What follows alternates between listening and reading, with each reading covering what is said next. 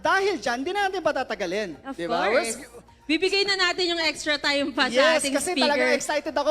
Tsaka gigil to ngayong Gigil kami para malaman ang buong kwento, ang buong topic Yeah. para sa ating A Search for Equilibrium. Again, guys, let's all welcome our very own Pastor Erland Erland Palean. Palean.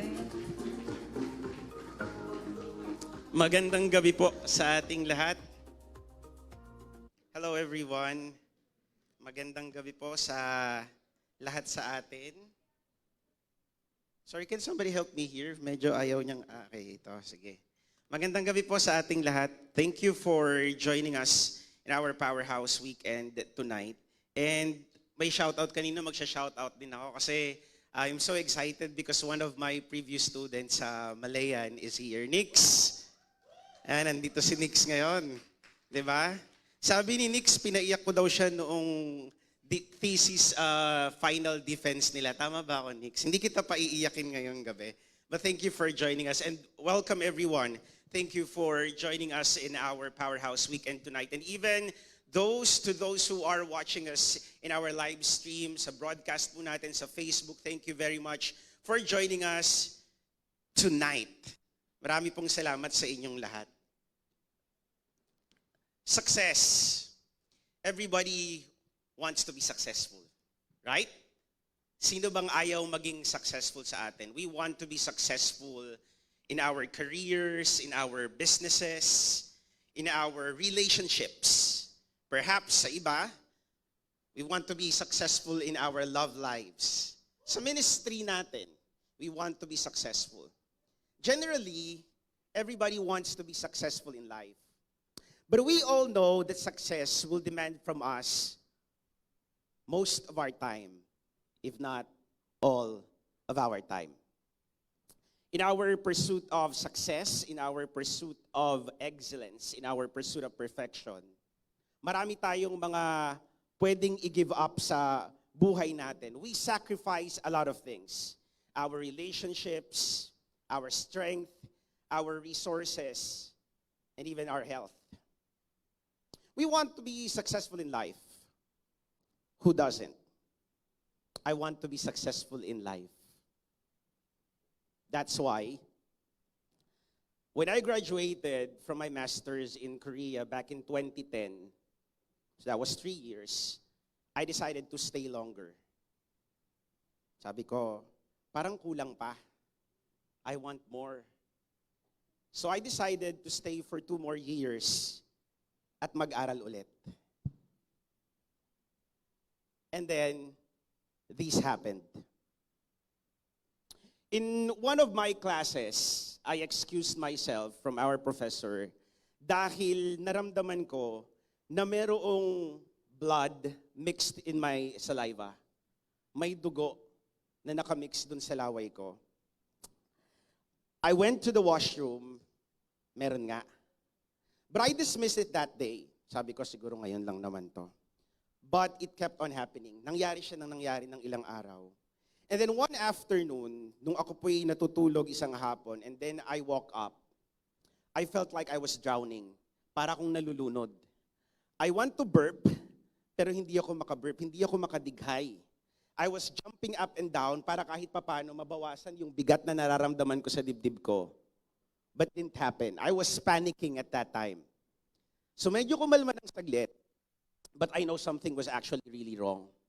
So I went to the doctor the following day, and I told him what happened, and then he gave me medicine. Could you imagine, ang binigay niya sa akin was to take around 10 to 15 pills in a day. That was for a couple of weeks. And then I remember, it was almost Christmas time of December 2011, and I had to go home because my sister was about to get married at that time. And it's Christmas vacation, so makakauwi ako ng Pilipinas. When I was here, nung uuwi ako dito, sabi ko, sige, kailangan kong pumunta ng doktor because medyo yung condition ko kailangan kong ingatan. So I went to the doctor, and then I said, Doctor, please give me more medicine kasi uuwi ako. But the doctor said no. Ang sabi ng doktor, you have to free one of your afternoons for this. I had to go through endoscopy. Ang hindi lang tama sa ginawa ko was, I checked results of endoscopy online and it was really bad. So I wasn't really able to sleep really well. Nagpunta ako sa doctor with my Indonesian friend, Chahaya, para suportahan ako. And then when I was there, I had an anesthesia. Meron siyang pinalunok sa aking jelly para yung flexible tube ipapasok sa throat ko ay mas madaling makapasok. I was awake the whole procedure. And I had to lie down on my left para hindi tamaan yung internal organs ko. And the doctor was coaching me so I will not panic. I could breathe in, breathe out. Pero nararamdaman ko habang nagtitwist yung tube because the doctor had to take pictures of all the angles of my stomach. At yung pinakamahirap doon, nung tatanggalin niya na yung endoscope, pakiramdam ko maduduwal ako. But the doctor was coaching me, breathe, breathe, breathe. After a couple of minutes, the doctor called me to the office and he showed me the pictures of my stomach. Pinakita niya sa akin yung stomach ko, yung lining ng aking stomach was actually eroded. May mga sugat siyang fresh. Ang sabi niya, kaya daw ako nakakalasa ng dugo was because kapag nagkakaroon ng sobrang production ng gas sa aking stomach, nasusugatan yung lining. At nagba-backflow siya, nararamdaman ko siya sa laway ko. And so the doctor gave me medicine. Umuwi ako ng Pilipinas, syempre, kampante, hindi mo ipapahalata na may pinagdadaanan ka. And then, January, I think, I was already praying. I wasn't really getting better. So I had to think hard what I had to do at that time. I prayed and thought hard about it. And then one time I decided, I need to withdraw from school. Sabi ako sa pamilya ko, sa nanay ko, na ititigil ko muna mag-aral. I went back to Korea just for 2 weeks kasi kailangan na formal akong mag-withdraw sa school. I had to say goodbye to my church, to my professors, to my friends, to everyone perhaps that I know there kasi kailangan ko nang umuwi. I remember that was February 14 of 2012 nung umalis ako ng Korea. For many different reasons, pinili kong February 14 ako lalayas ng Korea. And February 15, 2012, bumalik ako ng Pilipinas. The first couple of weeks, naaalala ko, I was on a very strict diet. Ang kinakain ko noon, steamed fish, steamed veggies, steamed rice. Bland food ang pagkain ko because I really had to take care of myself at that time.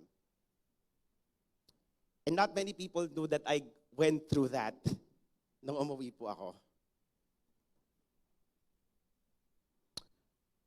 Balance. That was what I forgot. In my pursuit of success, in my pursuit of excellence, in my pursuit of perfection, I forgot to strike a balance. I forgot to take care of myself while studying. I went home. After 4 years of staying in Korea, I said goodbye to Korea, which has been my home for 4 years, unable to finish my studies. My search for success took its toll on me. God told me to slow down. Slow down. Slow down. Let me be clear on this. Wanting success is not wrong. We want to be successful. Dreaming and wanting success is not wrong. We all want to do great things in life. And sometimes we feel like time is not enough. It's never enough. And sometimes we try everything in our power to be successful. If not, to have more money at the expense of our health, at the expense of our relationships, at the expense of our spirit, forgetting that striking a balance in life is very important. And so this afternoon, we will be walking through and we will be discussing the topic, a search for equilibrium, balancing your professional and personal life. Let me make a disclaimer right now that I am not an expert on this topic. And what I want for us to understand is that what I will be sharing is something that we are all learning in the process. You will not be able to balance your professional life and your personal life just at once. In the process, matututunan natin kung paano natin gagawin ang lahat ng ito. And let's face it, our work can be very demanding at times. Right? Sino rito yung nararamdaman ninyong sobrang demand ng work sa inyo? Right?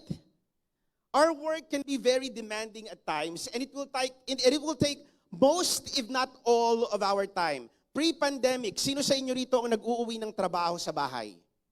Nagtrabaho ka na sa kumpanya, sa organization ninyo, and then you go home, you're still working.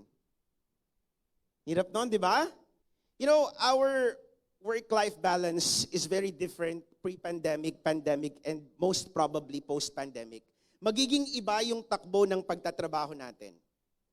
At the outset, also, let me just say that there shouldn't be any dichotomy between work and life. There should not be a compartmentalization of work and life because hindi naman sila opposing forces na dapat mamili ka lang work kung work, life or life lang. No! It's very difficult to sustain your life without your work. And we all know that. Right? Kailangan nating magtrabaho para masustain yung buhay po natin. And I will not be forcing on you how to strike your balance in life because how I do my balance is very much different from how you do yours because I live my own life and you live yours. Striking a balance definitely looks different on everyone. Magkakaiba po tayo kung paano natin gagawin ito. And I will not even tell you to resign because you are exhausted. I'm not going to do that. And so, maganda na tingnan muna natin, ano ba yung nami-miss out natin? What are the benefits of actually striking a balance, finding our equilibrium? So I will first walk through the benefits of finding our equilibrium. And perhaps we can see what we have been missing thus far. Unang-una, finding your equilibrium will result to a more productive you. Have you experienced working 7 days a week? Sino ritong naranasan ng magtrabaho ng 7 araw? Meron po ba? Sa live audience natin, naranasan niyo po bang magtrabaho ng 7 araw? Don't you find yourself less productive when you are working 7 days a week? Right?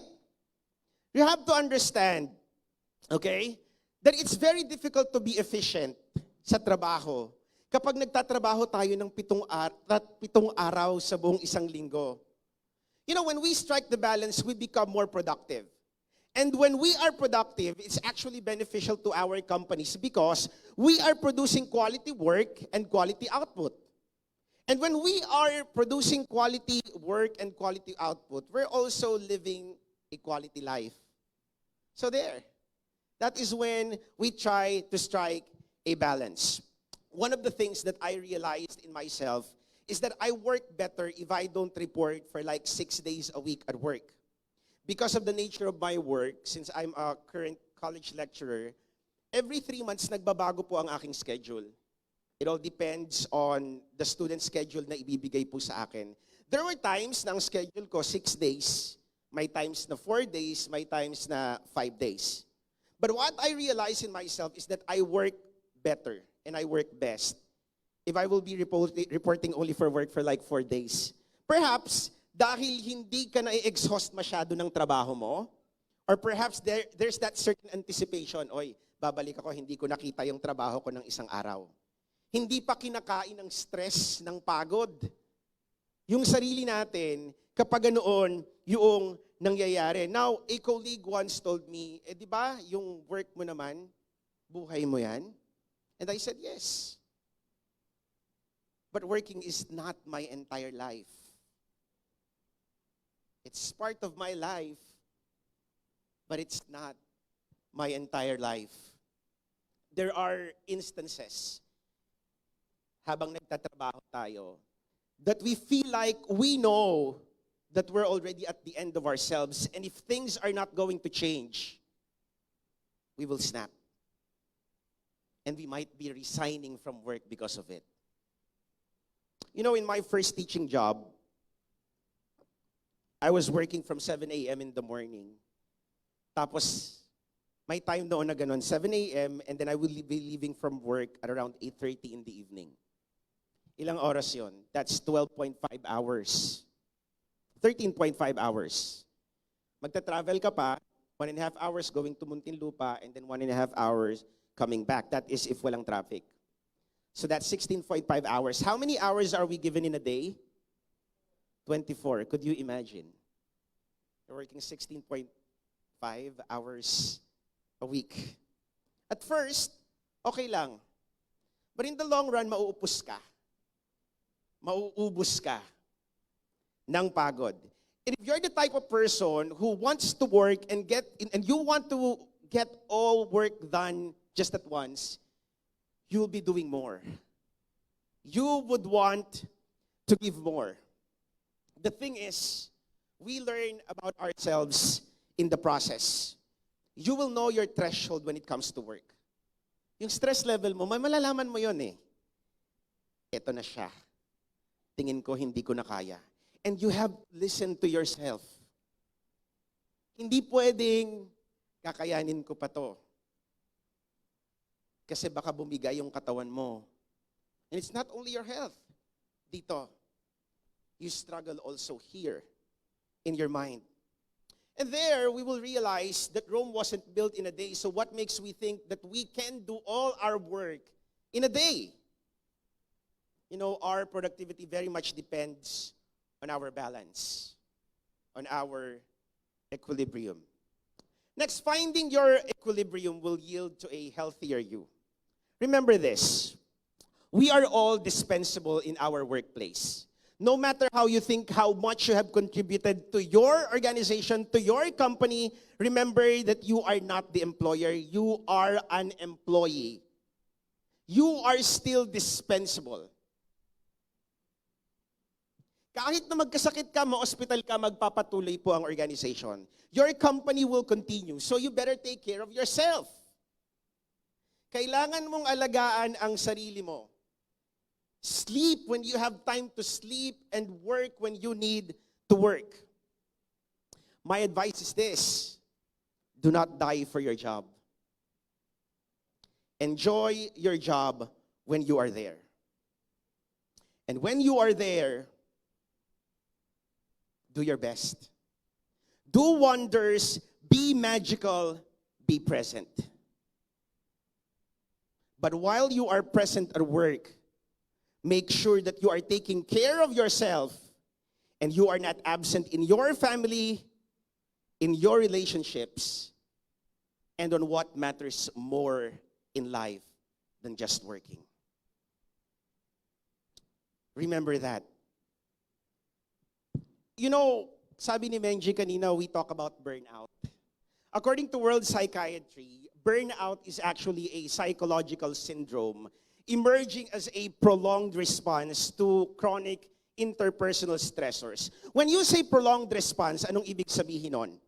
We were not able to deal with the situation immediately.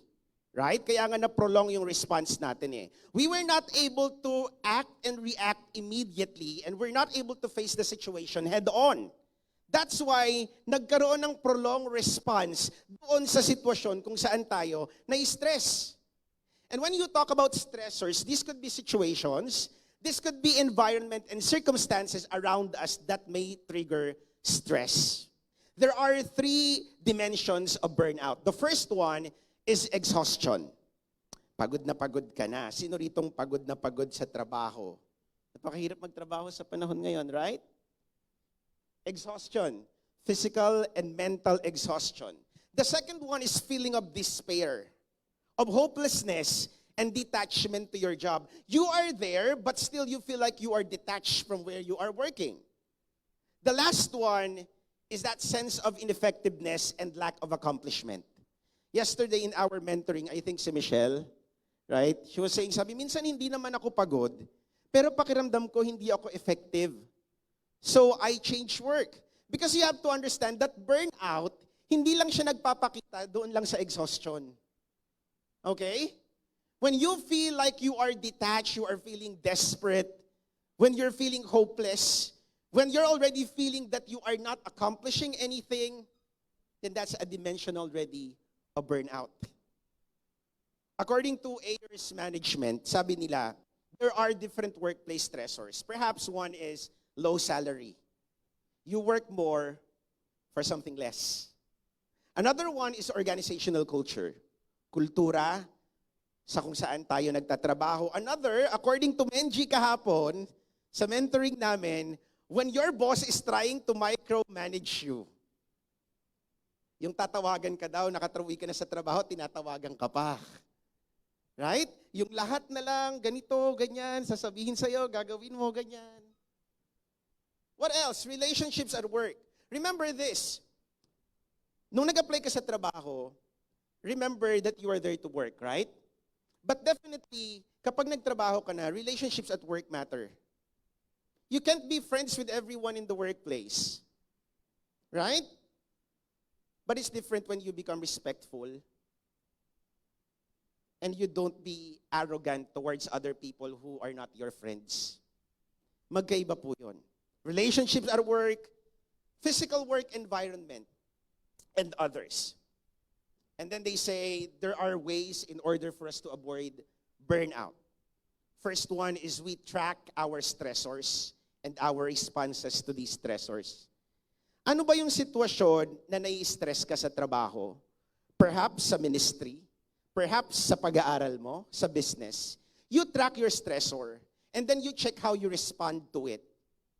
So the next time that it happens, you already know what is your response and if your response is right, if it's acceptable or it's not. We track our stressors. The next one is we set work-life boundaries. That includes what? Not reading your emails when you get home. Right? You don't read emails, especially kung hindi naman importante.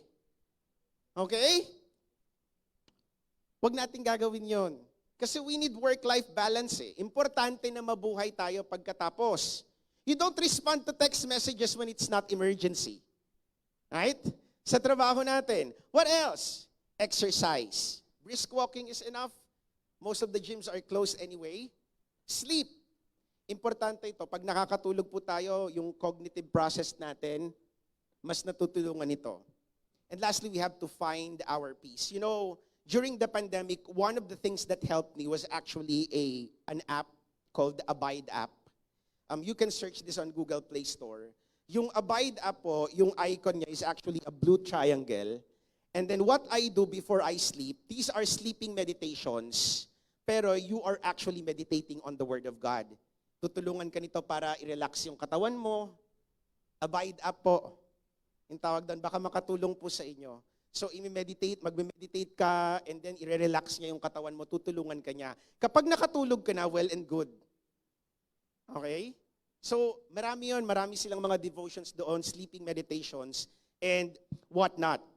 You know, according to Rick Warren, it is usually meaningless work and not overwork that wears us down, that saps our strength and robs our joy.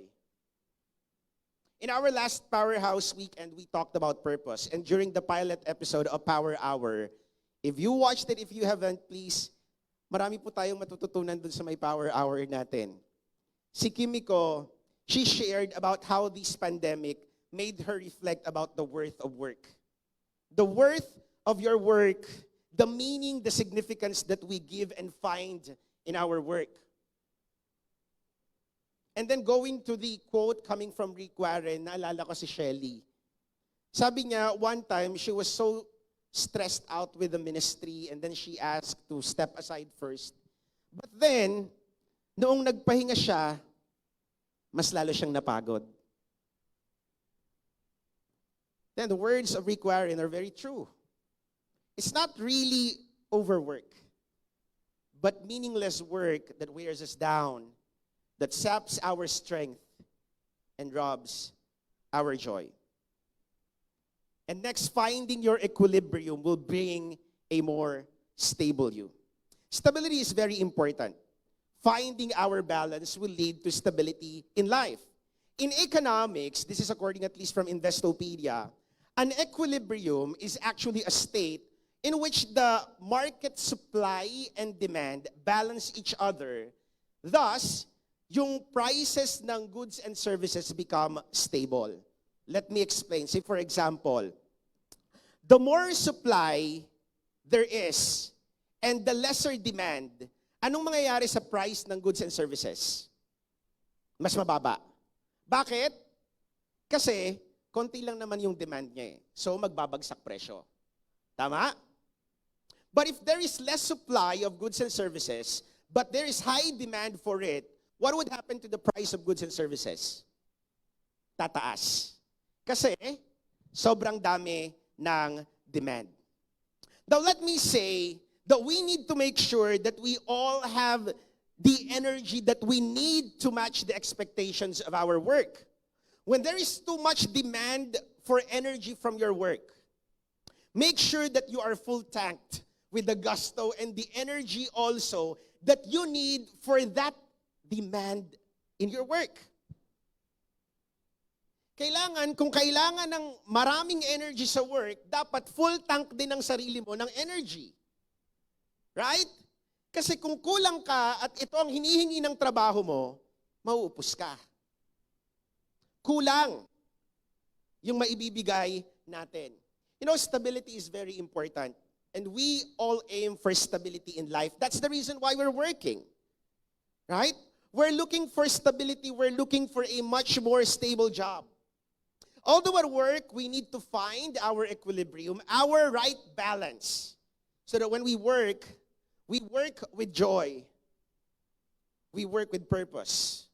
And we work with meaning. And we don't lose sight of the very reason why we are working. So how do we strike a balance then? How do we strike a balance?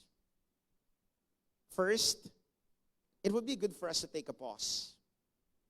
We have to pause and to rethink and reevaluate how we see our work in light of the greater spectrum of life itself. We always have to evaluate and reevaluate our workload. If you can, never get a workload that is beyond your capability. Although, you know, it's very difficult to say no the first time sa trabaho. Sino nakaka-relate dito? Di ba ang hirap minsan? Mag-no, lalo na pag bago ka pa lamang sa trabaho. But if you do not want to be burned out, then we have to learn how to say no. Of course, there will be moments that our work will be demanding more of our time, and it's okay. That happens. But make sure, and hopefully it does not happen that you have to give your 7 days of your week, 24/7, 365 days of your lives. Hindi naman sana ganoon. Right. Yes, it might give you more money. But what good would your money do if you will find yourself in the hospital paying for your bills with your salary? Remember that God wants us to enjoy life. And part of it is that we have our salary to enjoy our life and not to pay for our hospital bills. So remember, we have to enjoy our lives. We need to recharge. I love recharging. I do it by traveling. I find traveling very recharging. That is when I enjoy a portion of my salary, the sights and the sceneries and all. But more so when I travel, I feel closer to God because I see His creation.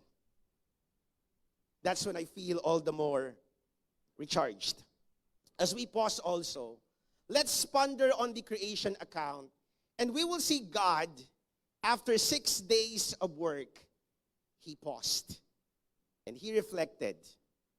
In Genesis chapter 1, verse 31, it says here, God saw all that He had made, and it was very good.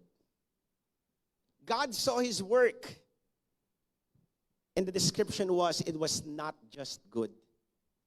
Anong sabi rito? It was very good. We have to look at our work and see our results as God saw his work. That's why when we work, we don't just settle for a good output or a good result, but a very good one. A great one at that. Listen, did God settle for a good creation? No. God saw all that he had made, and it was very good. Did he settle for a good creation? No. So must we. We must work hard and make a very good output every time we work. You know what I like about this verse, going to the creation account, was that God has already reflected even before he rested on the seventh day. He paused, actually. Right? When he created man in his own image, he paused and looked at everything, and then he said, it was all very good. And on the seventh day, what did he do? He rested. God rested after 6 days. He rested. Nagpahinga po ang Diyos. Bakit tayo minsan sa trabaho natin parang ayaw nating magpahinga? Hindi naman tayo Diyos. Again, when God completed his work, when all is complete, he rested. So if God rested, then why can't we? Remember that we all need a respite from work. We need to breathe. Kailangan nating huminga. And what I mean when I say that is that we don't need to resign, but we pause. We reflect, and we rest. You know, at this time, napakahirap po ng magtrabaho. And there are two kinds of workers at this time. Those who are working from home. Sino mga nag-work from home dito? Yan, tayo. And those who are working and physically reporting for work. Meron po ba tayo dito mga nagre-report physically? Mas medyo mahirap yung setup nila because they are exposed to a lot of people. Right? So we pray na the Lord will actually protect them every time they travel. Ang hirap. You know, one of the things that I learned is that I learned in the process not to bring work at home. Dati kasi gusto ko mabilis ang trabaho, sobrang bilis. So pagtatrabaho ko, iuuwi ko pa yan para wala na akong gagawin. Pero wala ka na rin pahinga. Hindi ka na rin nakapagpahinga. Say, remember if you have an 8 to 5 job, remember that you will not be paid beyond that. Right? Hindi ka na naman babayaran beyond that. So we have to learn that while we are there, while we are at work, we be efficient. We work the best we can. We save time. We save resources. Do more if possible. And then when you get home, what do? Pause. Rest. Huwag kang mag-guilty kapag nagpapahinga ka. You deserve that. Kailangan nating magpahinga. You need it. You deserve it. We need to rest. And resting for us does not mean just sleeping. May mga pagkakataon na kapag po tayo natutulog, pag pagod na pagod tayo, pagising natin, pagod pa rin tayo. And when we are resting, it doesn't mean just sleeping. We need to rest our minds. We need to find our peace. We need to rest our spirits. And where do we get that kind of rest? In Matthew 11, verse 28, it says here, "Come to me, all you who are weary and burdened, and I will give you rest." This was Jesus speaking. Come to me, and I will give you rest. When we get tired, we don't just sleep. We rest. Sleep would perhaps give you an added energy for the day, though even after, you might still feel exhausted. We rest, and we rest in the arms of Jesus, who said, "Come to me, and I will give you rest." What did Jesus say He's going to give you? Rest. He didn't say He's going to give us more work. Right? Because work is not going to give us rest. He didn't say He's going to give us money. More money, because even money will not give us rest. He said, come to me, and I will give you rest. Money and more work will not give us a respite from work that we need, from all the worries, from all the anxieties that we are experiencing in life. Jesus said, come to me, and I will give you rest. Sabi mo sa sarili mo, rest. Rest. Kailangan mo yan. Next one, prioritize. There has to be that conscious effort to let go of the things that are actually keeping us from striking that balance in our lives. You know, our equilibrium depends on our professional and personal decisions and on the professional and personal circumstances that are actually out of our control. So what do? Control the things that you can, and then let go of the things that you can't. You can't control everything at work. You can't control everything in your studies. Right? So let go of those things. But we can control our attitude. We can control our responses. Kapag tayo po ay napapagod, control what you can. And don't die controlling the things that you can't. We can control our attitude, our mindset, our reactions. Know when to stop and make a conscious decision to take care of yourself. There's this one story narrated by Brian Dyson, a former CEO of the Coca-Cola Enterprises. And he said, imagine life as a game in which you are juggling some 5 balls in the air. You name them work, family, health, friends, and spirit. What are those again? Work, family, health, friends, and spirit. While you are juggling these 5 balls, you realize that when you drop work, it'll bounce back. So it's like a rubber.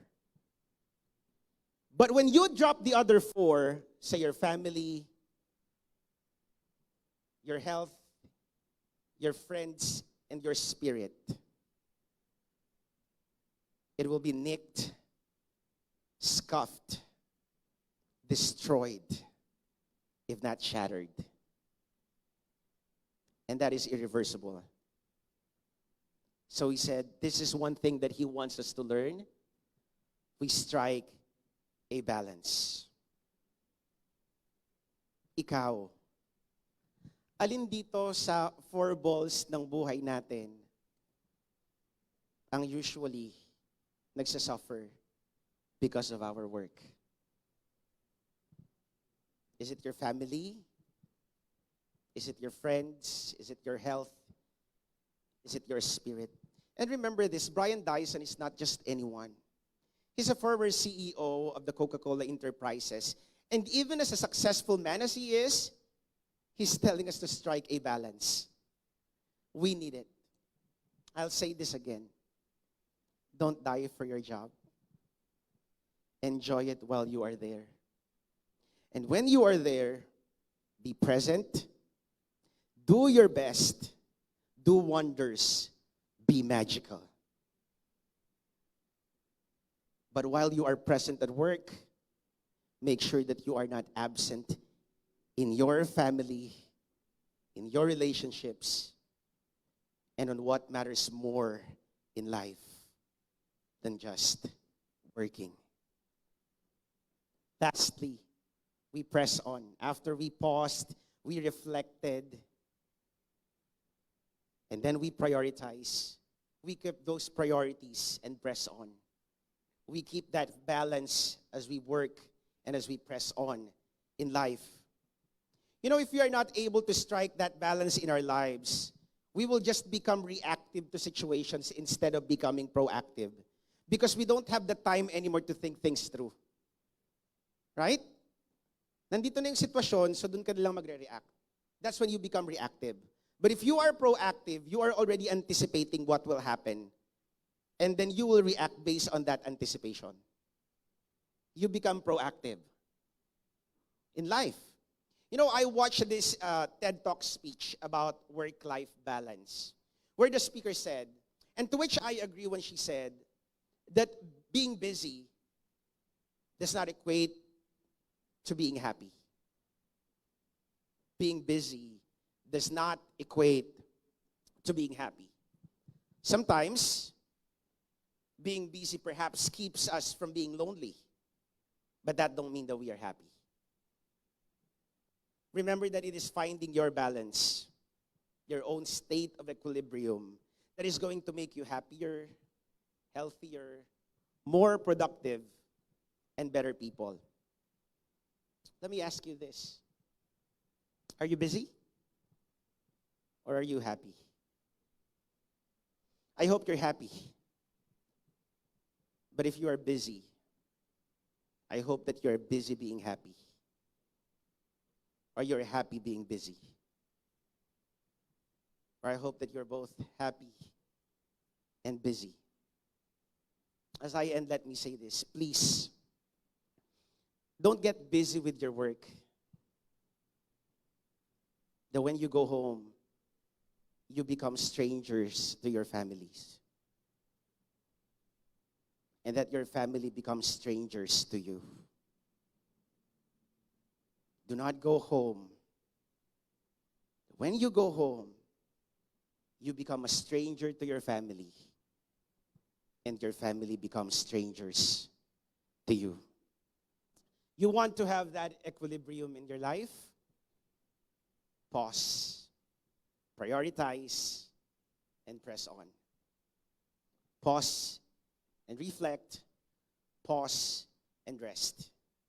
And then prioritize and keep that priority going. Work-life balance. Go to work. Live your life. Strike a balance. You need them. Your work, your life, and your balance.